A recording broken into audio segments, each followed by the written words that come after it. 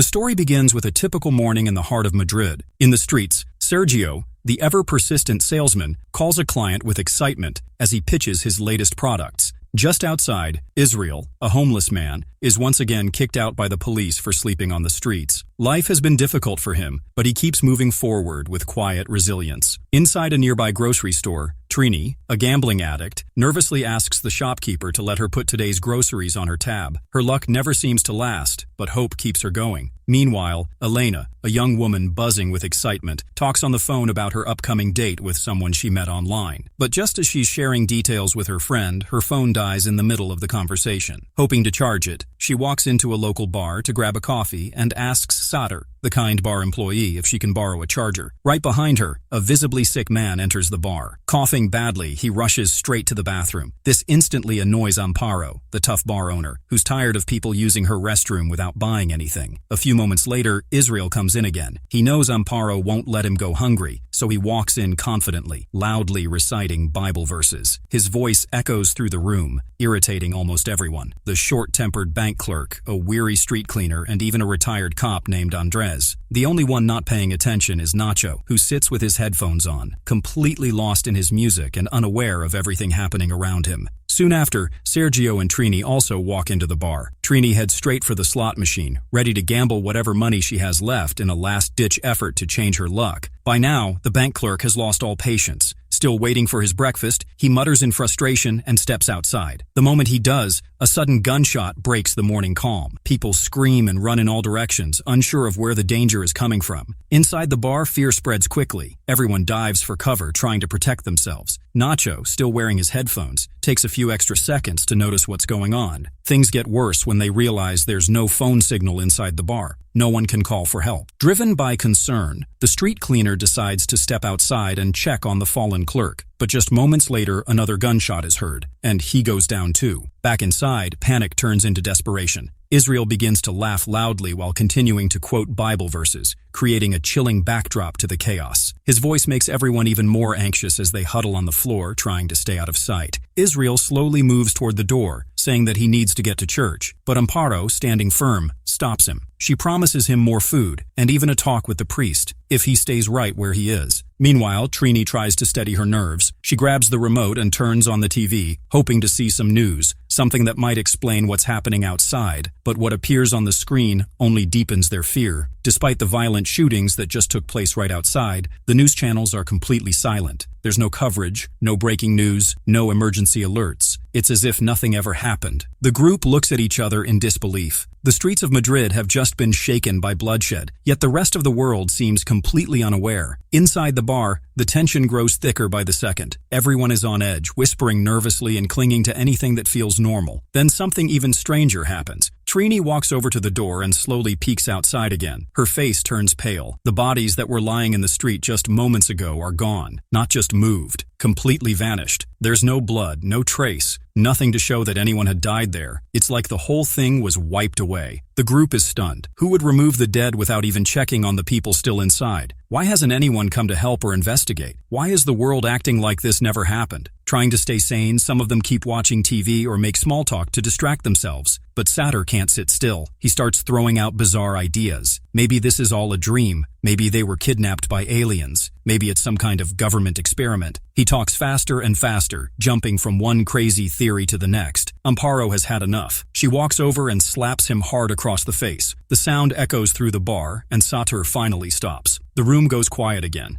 They need to start thinking clearly. Elena offers a possibility that the two people who were shot may have known each other, suggesting that's the link. But then she pauses. One was a street cleaner, and the other worked at a bank. That connection doesn't make much sense. Then, Sergio speaks up with something more unsettling. He says that it could be possible that it was not just a random shooter, thinking that police might be involved in doing all this. The others stare at him, confused. He explains that the authorities may be believing that a dangerous terrorist is hiding inside the bar, but it's possible that they just don't know who it is. That would explain why no one has come inside and why they're not being rescued. If there's a bomb or a real threat, maybe they're trying to keep everyone trapped until they figure it out. The idea sinks in. It's terrifying, but it makes sense. Eyes start shifting around the room. People begin to wonder who among them might be the real danger. That's when Nacho suddenly tries to hide his bag in a corner. But Sergio and Andres catch him. They rush over and grab it. Satur holds it in his hands but doesn't open it. He looks afraid. Amparo takes the bag from him and unzips it. Inside there are only clothes and a hard disk. Nacho insists that it's just his work stuff, but the suspicion in the room doesn't go away. Before things can spiral further, Elena suddenly snaps. She grabs the hard disk, throws it on the floor, and smashes it with her foot again and again until it's broken into pieces. Then she turns to the group and shouts that they are all acting like scared kids chasing shadows, which is not very helpful. And just like that, the fear turns into anger. The group is falling apart, and the real danger might not even be outside anymore. But just when things seem to settle, tension flares again. This time, it's Nacho who can't take it anymore. Furious at being singled out, he lashes back at everyone. He claims they're only suspicious of him because of how he looks, because of the beard, and because he stayed calm when the gunshot was heard. Then, he suddenly turns the spotlight on Sergio. With a sharp finger pointed at him, he demands answers about Sergio's suitcase, the one he's been clutching since the beginning. Everyone looks at the bag, and it's clear now that no one really knows what's inside. Amparo, without wasting time, grabs the suitcase. Sergio quickly lunges forward to take it back, while Satur steps between them to defend his boss. But the argument turns physical. Sergio punches Satur across the face. Things spiral fast as voices rise, they shove each other. In the middle of it all, Andres, the former police officer, draws his gun and points it to the ceiling. He fires a shot to stop the madness. That one shot brings everything to a halt and everyone freezes. But just as the silence settles in, Israel makes his move. Without hesitation, he grabs the suitcase and bolts toward the back. As he runs, he shouts yet another dramatic line from scripture. He opens the suitcase, expecting something sinister, but what he reveals instead leaves the group stunned. It's lingerie. Elegant, colorful, expensive-looking lingerie. Sergio has been selling high-end underwear all along. The room goes quiet. People try to process what they just saw, but before they can even finish reacting, another strange sound comes from the bathroom. A sound no one was expecting. The sick man. The one everyone forgot was even there, but the bathroom door is locked. However, Andres doesn't wait. He walks up to the door, raises his gun again, and shoots the lock open. Inside, they find the man collapsed over the toilet. His ears are bleeding. A strange syringe lies on the ground next to him. He's barely conscious, his body limp and shaking. Before anyone can help, another noise pulls their attention away. This time, it's coming from outside. Everyone rushes to the windows. A truck is approaching the bar, but it's not an ambulance. It's not the police either. It's a crew of masked agents. They look like a special unit, but something feels wrong. They don't say a word. They just get to work stacking tires outside the building, and then they light them on fire. Thick black smoke begins to rise, clouding the entire street. Inside, the TV flickers back to life. Breaking news flashes across the screen. A mysterious fire has broken out in downtown Madrid with no explanation or details. Suddenly it all clicks. This isn't just a fire, it's not an accident. It's a cover-up. The government is hiding something, and everyone inside the bar, they're part of what needs to disappear. Meanwhile, the sick man stumbles out of the bathroom. He's barely able to stand. His body is trembling. He gasps for breath and drops his phone to the floor. With his last bit of strength, he looks at the others and whispers, not to touch him. Then he collapses, appearing lifeless. Following this, panic spreads through the group again, but this time it's heavier. Nacho doesn't wait. He picks up the phone and starts scrolling. What he finds stops him cold. There are photos of the sick man in a military uniform. Other pictures show people wearing hazmat suits.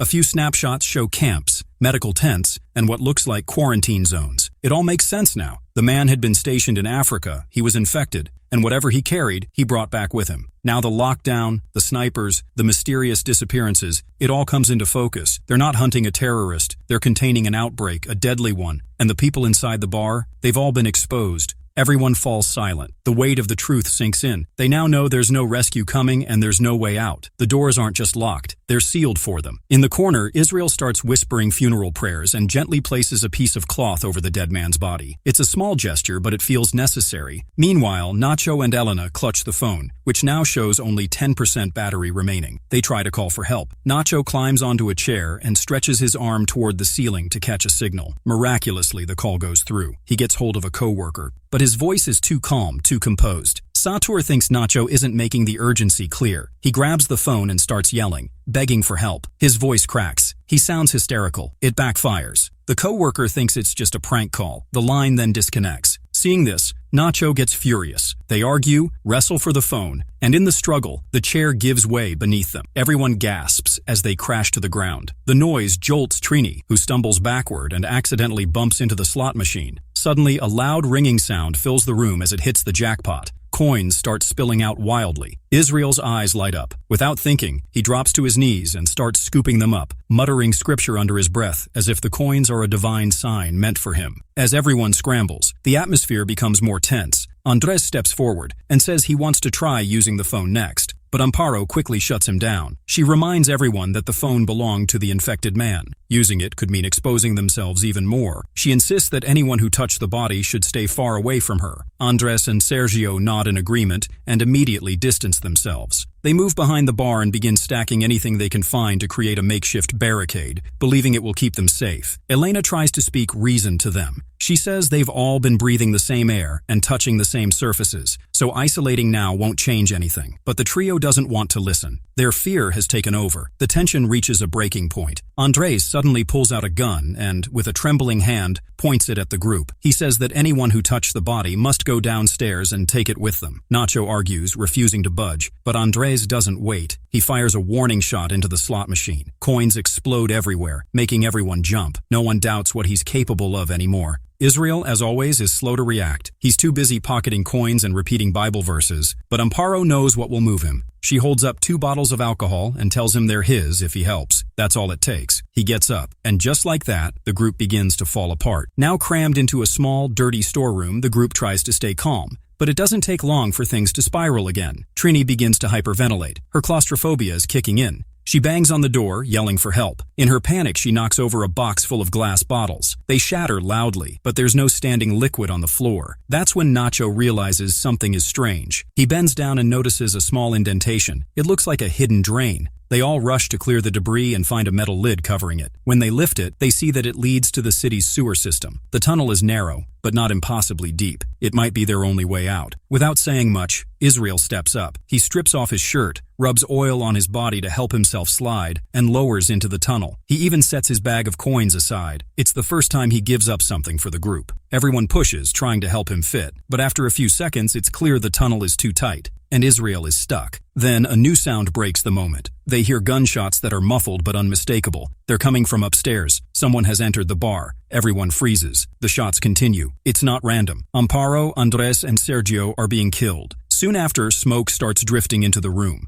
A fire has been lit above them, not to destroy the building, but to disinfect it. Heat rises, and the smoke thickens. The air becomes harder to breathe. In desperation, Elena, Nacho, and Satur grab Israel's arms and pull with everything they have, hoping that pulling him out might allow fresh air from the sewer to seep in. At the same time, Trini starts screaming again. She throws herself at the door and tries to escape, but the metal is scorching. She burns her hands badly. Elena and Nacho treat her the only way they can, by rubbing oil on the burns and wrapping her hands with toilet paper. It's crude and barely helpful, but it's the only thing they have. Eventually, the noise upstairs dies down. No more gunshots or voices, just silence and thick smoke. Nacho then takes a broom and pushes the door open slowly. What he sees is haunting. The bar is ruined, blackened by fire, and just like before, the bodies are missing. Every trace of violence has been cleared. The windows and doors are sealed with a thick, opaque tape from the inside. Whoever is behind this wants to make sure that no one sees what's really happening. The group steps out cautiously. Nacho scans the floor and spots Andres' gun. He secretly picks it up without hesitation and tucks it into his waistband. It's still hot from the fire and burns against his skin, but he holds on. Because now this is about more than just making it out alive. He needs to understand what they're really up against. As they process the devastation around them, Trini whispers that they should go outside and find help. It's the most natural human instinct. But Nacho stops her. He reminds her what they've seen with their own eyes. Every time someone tries to leave, they're shot without warning. If anyone knows they're still alive, they'll be hunted down too. Besides, no one feels sick yet as they have fever or any other symptoms. They think that maybe if they just stay hidden long enough, this whole nightmare will blow over. Nacho figures a few quiet days in the storeroom might be their best bet. There's food and water. They can survive. But then a sound breaks the silence. It's a phone notification from the sick man's phone. Dozens of messages start pouring in. Elena checks them. Someone's been trying to reach him. The texts are from a friend, asking if he's okay, saying he'd had a high fever for days and thought someone was following him. Turns out he didn't just wander into the bar by accident. He was looking for a bathroom where he could inject himself in private. He had stolen something, an experimental serum. He used one dose on himself, but it was already too late. The illness had progressed too far. But the others? They're not sick yet. No symptoms at all, which means that the serum might still help them. Then the phone rings. It's the same person who sent those texts. But Nacho freezes, thinking it might be a setup and they could be tracked. However, he waits too long. The phone shuts off as the battery dies. Panic sets in. Satur bolts upstairs, searching for a charger. Meanwhile, Elena remembers something from the texts, saying that there are 4 doses left. They start tearing through the bar, desperately looking for them. First, they search the sick man's body, but they find nothing. Then the bathroom, the last place he had been. However, Israel reaches it first. He opens a hidden box. Inside are 4 syringes, 4 experimental doses. He pauses, staring at them. Then a slow, smug smile forms on his face. He starts humming. For the first time, he has control. There are 5 people and only 4 doses. The rest of the group arrives, stunned. The arguing begins immediately as they discuss a fair way to decide who gets the vaccine. But Israel doesn't wait. He injects himself without a second thought. He's not taking any chances. Not when he knows he's the outcast, the homeless one. Now, only 3 doses remain, and the tension in the room jumps instantly. Nacho then pulls out the gun. He's had enough of this power grab. He's ready to put an end to it. But Elena grabs his arm. She tells that shooting now would bring every cop outside straight to their hiding spot. So Nacho lunges. He tackles Israel to the ground. They wrestle violently, fists swinging, but Israel holds his own. He punches back hard, overpowers Nacho, and grabs the gun. Now he controls everything. Following this, Satur sees a chance. He makes a dive for the syringes, but Israel reacts fast, swinging wildly and knocking him off balance. The box flies out of Satur's hands and lands at the edge of the storeroom. It tips and drops straight into a sewer drain. Everyone freezes. Then Trini runs, her hand still bandaged from the fire. She tries to grab the box, but her hands are too weak. The box slips again and disappears down the drain. It's panic all over again. Someone has to go after it. Someone small enough to fit. All eyes turn to Elena. Without a word, she starts removing her clothes. She covers herself in oil from the kitchen to reduce friction. Then she lowers herself into the narrow sewer pipe. It's painful. The rough metal scrapes against her skin, drawing blood. But she keeps pushing. Finally, she falls into the foul water below. Gasping, she grabs the box. The syringes are safe. Nacho lowers a wire from above. He expects her to tie the box and send it up. But Elena pauses. She's seen what the others have become, how power changes people. She knows if she hands it over, they'll take everything and leave her behind. So she makes a decision. She hides the syringes. She doesn't use one on herself. She wants to be better. And if they want to talk about fairness, they'll have to come down and face her like equals. While she moves deeper into the tunnels, the others start widening the sewer hole using an old metal pipe. Meanwhile, after a few tight bends, Elena finds an opening through a storm drain. She peeks through it and sees the street above crawling with cops and agents. They're cleaning up, bagging bodies, securing the area. She turns and heads back just in time. The others are coming down. They're helping Trini, who's panicking again. She slips, pulling the others down with her. And just like that, they all plunge into the water below. Satur and Trini manage to get up just fine. But Nacho sees an opportunity and lunges at Israel, desperate to take the gun back. The sewer suddenly turns into a chaotic mess. Nacho and Israel wrestle in the filthy water. There are muffled cries and wild splashing. Then sharp gunshots ring out through the tunnels. Moments later, Nacho surfaces, gasping for breath with the gun in his hand. He insists that Israel fired the shots and then disappeared under the water after Nacho wrestled the weapon away. But the others look at him with suspicion. His eyes are darker now, his jaw clenched, his movements twitchy and nervous. Something about him has changed, and everyone feels it.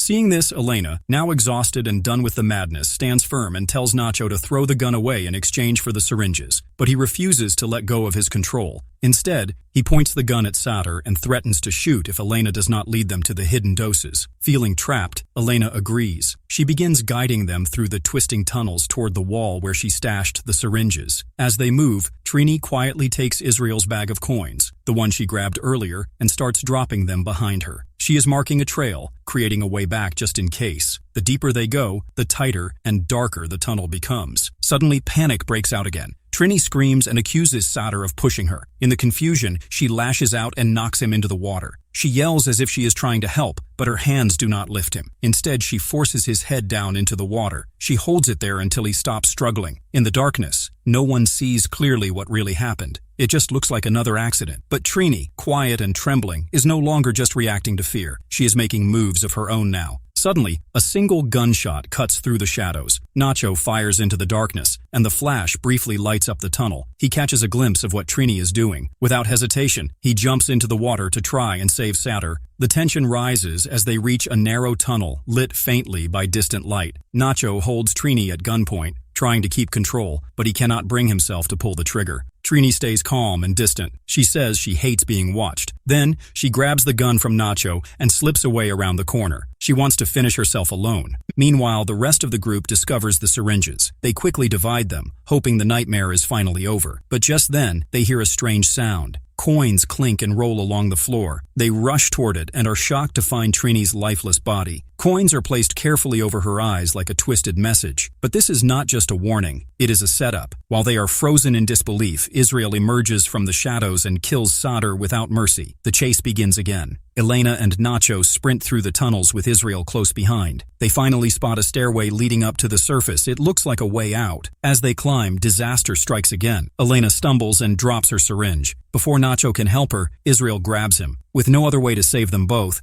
Nacho makes a heartbreaking decision. He hands his syringe to Elena and lets go of the railing. He and Israel fall together into the darkness below. Elena, crying but determined, injects the syringe. With all the strength she has left, she pushes against the heavy manhole cover at the top of the stairs. It sticks, but she keeps going. Finally, it gives way. She pulls herself out of the tunnel and into the daylight. But freedom is not what she expected. She is outside the containment zone now, surrounded by people she does not recognize. Strangers stare at her dirty clothes and hollow eyes. A man asks if she is all right. A woman offers her a jacket, but Elena barely notices them. In the end, she walks forward slowly, like someone in a dream. She does not even realize she is passing the man she was supposed to meet for a date. He calls her name once, then again, but she does not respond. Elena is lost in her own mind, carrying the weight of everything she just survived.